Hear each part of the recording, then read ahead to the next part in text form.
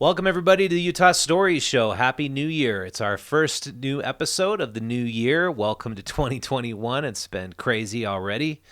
So I did a video this week at the beginning of the week on January 6th. I went up to the state capitol. I've been getting flack for it because I attended the Stop the Steal rally by the Trump supporters. And so for those of you on the left who probably want to cancel me with this cancel culture that's going on, just know that I actually did the same thing on the left already. I covered Black Lives Matter. I had Lex Scott, the president of Black Lives Matter, on the program to disseminate the ideas and to find common ground. And that's what this station is all about. We want to present the ideas of both sides, and we want to get through the media clutter and spin and actually get to the bottom of the truth of what people believe, what they have to say, and maybe bridge divides between the way liberals think and hardcore liberals maybe, and the way conservatives think and maybe far right-wing conservatives. And so I've been lucky to get a taste of both sides because I cover things in rural Utah and I cover things in urban Utah. And I'm lucky to be an independent reporter. I've been doing this now for 12 years. And so this, I got to say, has been one of the craziest times I've ever been reporting in Utah. So much turmoil. I can't wait to show you some clips. And if you think that you're just going to listen to a bunch of white supremacists at the Trump rally, I want to tell you right now, I talked to one black guy. I talked to some Latino guys. It's not about white supremacy. I don't know. On social media, it seems like everybody out there believes that what was happening at Utah's Capitol was about white supremacy. I'm here to dispel that myth, and so I hope you stick with me and find out for yourself. So I'm going to get to that, but before I do, I want to tell you about Canyon Meadows grass-fed beef. So a lot of beef was bought from their farm last winter and in the last year since they started being a sponsor of this show. And I think it's such a wonderful thing to actually buy locally from a ranch that you can go and visit, especially something like beef. If you don't know the difference between grass-fed beef and factory farm beef, the difference is grass-fed beef is all non-GMO. They're not being fed any genetically modified feed.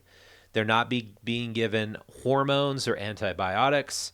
And I'll tell you what happens in a factory farm is all of the cattle fatten up about a third of their body weight fed corn that is essentially very bad for them. They have a ruminant stomach, and to be fed corn, they're getting sick, they're getting bloated, they're getting fatter, and at the end of the life, they die needing to take steroids and antibiotics to basically maintain that. That's how, unfortunately, about 97% of our beef in this country is produced still.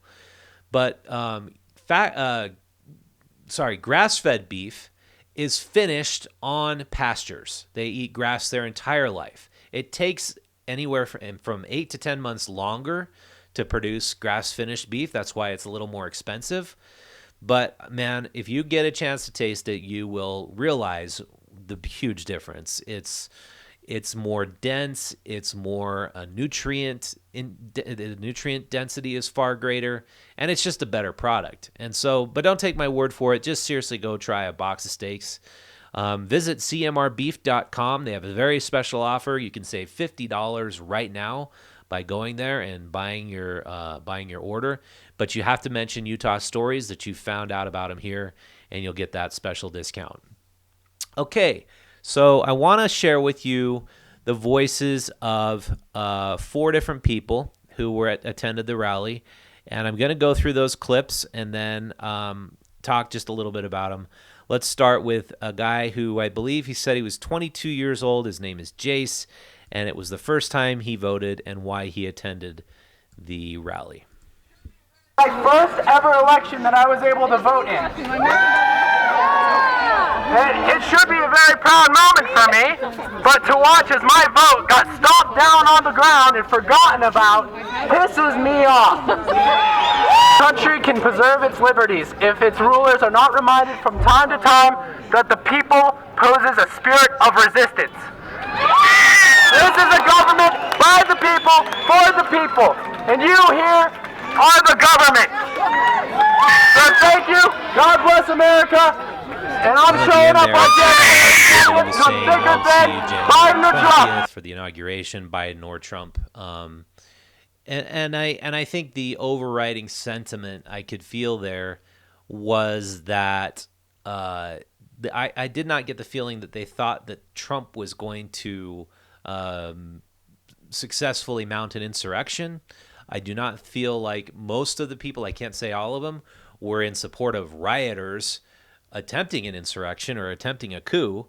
I mean, possibly some of them were there, but they had heard the news when I arrived. Most of them had heard the news that the Capitol had been breached. I mean, obviously, this was I think, one of the worst days in American history to see the Capitol Rotunda getting ransacked by rioters. I mean, it was one of the most awful things I've seen, or the pictures of people busting out the windows of our Capitol, bringing people in, spraying the fire extinguisher all over those rare and precious paintings. And I don't. I mean, I've been getting flack, like I said, on social media, but I do not believe those people were there to support an insurrection in our capital. But you can determine that for yourself. I'm going to play another clip now. This was a gentleman and a group of guys who were from Morgan County and Brigham City, and they had formed a militia, and they were basically just there to show their power, their guns, and their fatigues. I saw more people with AR-15s than I've ever seen before in my life. I want to play you this clip now. Brought you guys here today? They made me come. Yeah. You got dragged here? No, actually, no. We came ourselves. You guys look like you're a militia. Is it something like that? Yeah, we're both. Same with him. He's a marshal, and we're militia too. Yeah. Stop the steal! At what point do you think we'll have to start using militia power to get democracy back? Stop the steal! Right away. Right now. Really? We might do some today. What would be your plan today? Stop the steal! Well, they claim that there's some people coming. There's supposedly people coming. Yeah. And so they won't, we're not going to have a big deal here. We're really not going to have a big deal here. But you know what? Anything can turn into a big deal in a second. So you just have to be prepared for anything. They're just, here it's just about the support of Trump and support of truth. This place right here. Like the doors locked up there, they shouldn't be locked. That's not their building, that's our building. And yet they lock their doors. Why is that? Chains. They forgot who they work for. Yeah. We're their boss. They're our employee. Well, they want to label you as rabble rousers. How would you label yourself? Well, I've run through a legislature and everything. Why would that be any different? I mean, we're not a rebel rouser. We're just on a different end of the spectrum right now. And a lot of these legislatures here carry guns. I know them. I know they carry guns, and they feel the same way as we do. Yeah. We're all just people. Just the small people are just tired of being pushed around. Don't you get tired of paying your income tax and everything and not get anything from it? Yeah. I mean, there's so much waste. Okay, I found that last part really the overriding sentiment. Like I said, that the government has lost touch with who they work for, because it was intended that our representatives at our state level and our congressional level and our senators would not be career politicians, and that they would come in as members of the community, members of the society, residents, concerned residents, and that they would work for a term and they would get out. And I think we've lost touch with, and with what our political leaders have lost touch with, is they work for us. They should be accountable to us instead of their special interests. And in covering this, what's going on in state legislature, what I find is that so many of our political leaders are not working for us. They're working for the campaign contributors. And they know from which side their bread is buttered. They know where they have to get that cash so they can get reelected, so they can stay in power. And they lock the doors of the state capitol. They basically just say to these people, stay out of here. And then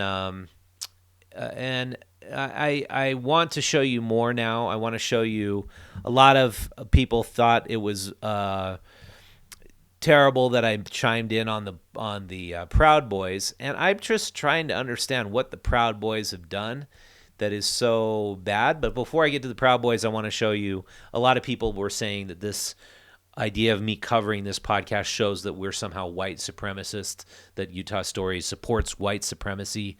I want to show you a clip from a guy who was there from to attend the rally. He wasn't a Utah resident, but he was from Baltimore, and I'll just have you hear what he has to say about being there.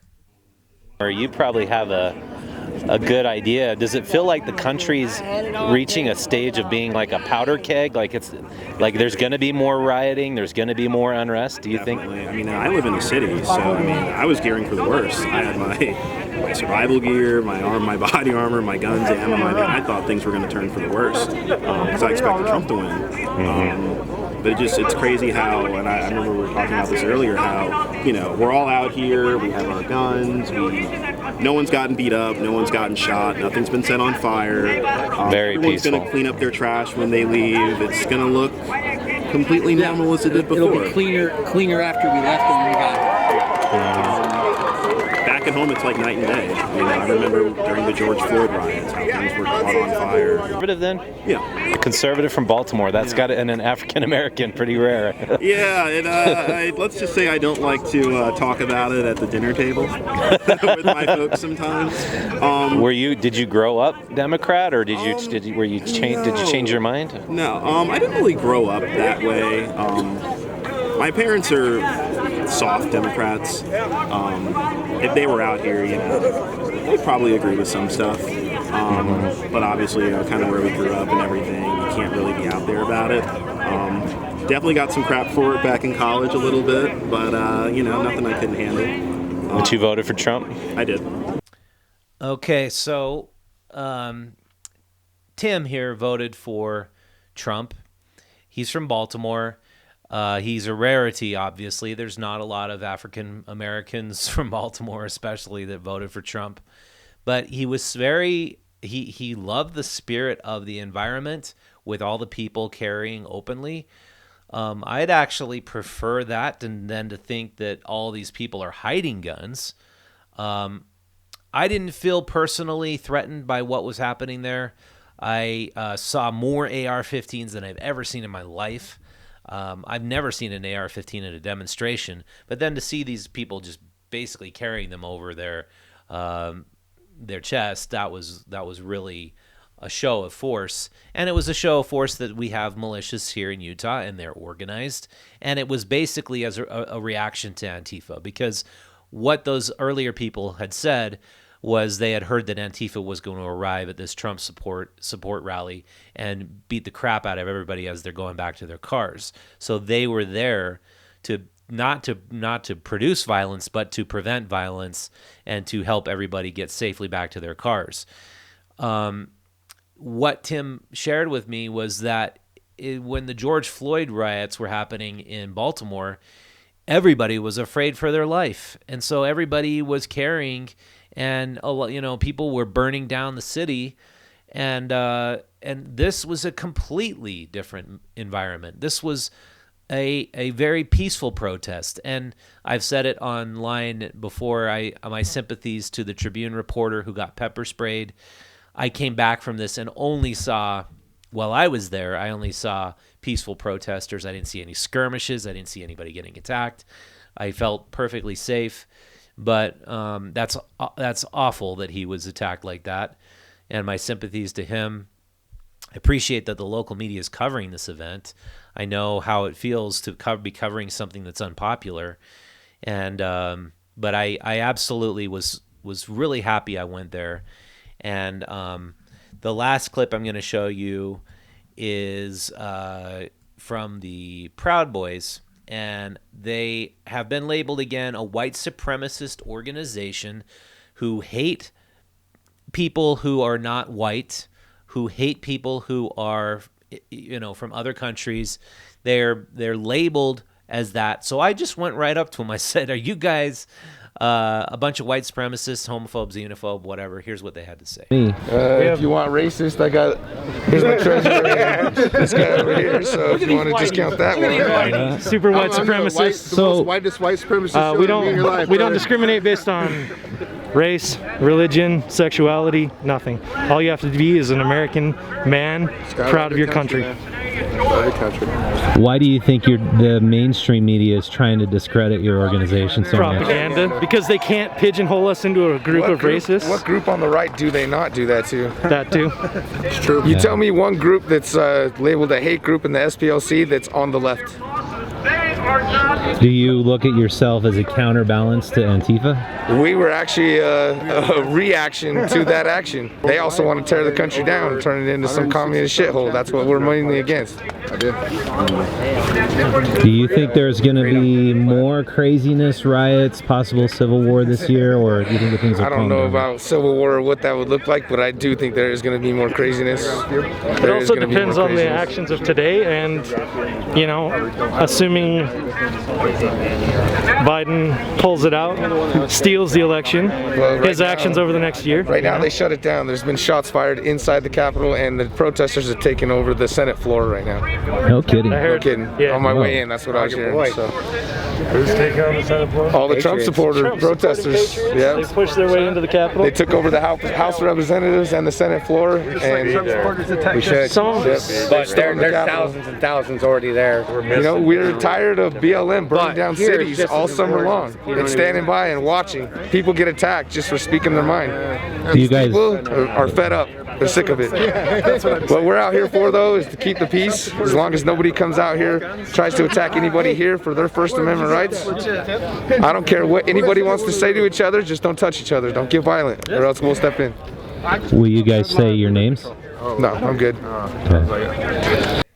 Okay, you can watch the rest of that interview on the other video that's on this channel. I suggest you just go check them all out.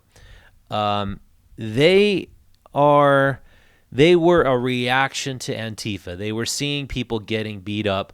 Antifa's motto is punch a Nazi in the face. And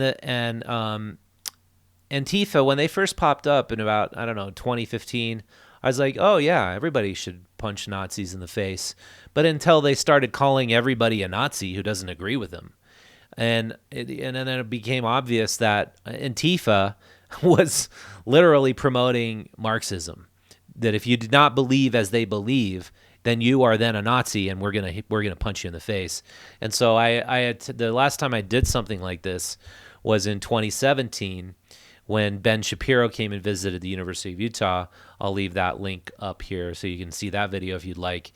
Antifa came and they wanted to cause problems. They wanted to beat people up, and because I guess they decided anybody who loves Ben Shapiro, who's an Orthodox Jew, is a white supremacist, and we need to punch him in the face. It's like they've cast their net so wide of who they hate that it's pretty much everybody who's not far left-wing Antifa hates. And the liberal media has not disparaged Antifa, but they've absolutely disparaged the Proud Boys. They've said the Proud Boys are out to just destroy our country with their white supremacist hatred. And it's just that their sergeant of arms, he said, is a homosexual. They have plenty of men who are Latino. It's people who actually want to see cities remain safe and free speech to remain safe.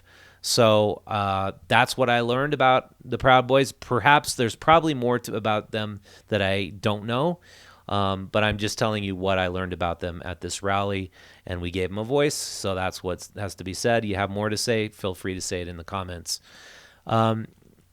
With that, I've gone through all the clips I want to show you. There were so many more people I talked to that were really interesting. I just suggest you just watch that video because I'm not going to show more of it. What I do want to talk about now is you might have known, and I'm sure you probably followed it if you're in Salt Lake City, that all the bars in Utah and even the restaurants that had bars had a mandate that they couldn't sell any liquor after 10 p.m. And if you are a young person and you go out, everything happens after 10 p.m. And all the bars were making most of their money after 10 p.m. We were literally seeing our advertisers about to close their doors, a big portion of them that are in downtown Salt Lake City. The Green Pig Pub, she was losing a fortune every day by keeping her staff on hand. Every bar in Utah was suffered big time due to that mandate that the governor put forward. They lifted that mandate, thankfully, and it looks like bars are now doing better again, but they have suffered massively in the last couple of months. So I want to do a call out, pick up the magazine, pick up Utah Stories, go support these bars and restaurants that I feel like are our social fabric, especially for the people who are in downtown Salt Lake. That's where they go hang out. That's where they meet their friends. That's where they meet their families. That's where they have lunch meetings with clients and customers. I mean, that's always been our role. These restaurants need our support now more than ever. You need to go to utahstories.com and subscribe to Utah Bites. It's Ted Scheffler's newsletter. He's our food writer. He's seriously the best food writer in Utah. He's been doing it for 25 years. He recommends restaurants every single week. You get one email to your inbox, and it's an amazing newsletter. And you can find out all the amazing bars and restaurants that are very best in Utah. So even if you're coming here to visit, go subscribe to his newsletter and get the very best of local Utah. We're about to come out with our January, February issue. We had to do a split issue again. I think it might be our last month of doing a combined month issue, but we just have to see how things go. And but until then, I hope you subscribe to our channel on YouTube. Give us a 5-star review if you're on iTunes. If you like our content and you want to share it with a friend, that is also super helpful. And the best way you can actually be a bigger part of Utah Stories and what we do is subscribe to our digital newsletter or the magazine. The digital subscription still is free. You just go to utahstories.com and fill out the little app, pop-up window that pops up. And then if you want to subscribe to the magazine, you just click on magazine subscription. I thank you for all the people who've been subscribing. We've actually been getting a lot of subscribers recently. We actually produce expensive local journalism because we do investigative pieces.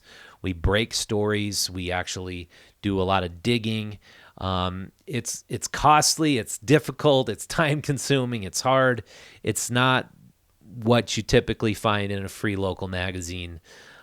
So we hope to keep it the free model, but you who are out there who can afford to subscribe for $2 or $3 a month, you're really helping us out by doing that. It's great right now. And and I been engaging with people on Instagram. I wanted to say we had a post banned from Instagram, and so I posted the message about our being banned. And I hear that droves of people are now going to Parler. Parler is it's another social media platform that is not censoring anybody. I've never had a post censored or banned. This was a post we did at the rally where we said these are two musicians. We're at this was at the Freedom Rally, which was before the Stop the Steal rally. They're going to be performing. We announced that. Then they put it down. They said this post has been banned because it supports illicit or violence or something of that nature. And I was like, what? This is ridiculous. And so I put the message on our Instagram, and I'm just asking, people what's going on with, getting your posts taken down and them silencing more and more people. And so then a long, big debate ensued with a bunch of people who were calling us white supremacists for covering this. And that's where, honestly, I just was getting really agitated and realizing, man, this whole online world we live in now, these virtual communities, it's terrible. It really makes you feel awful about people. and it makes you feel awful about our world. It's like I went up to Mill Creek this morning, took my kids skiing.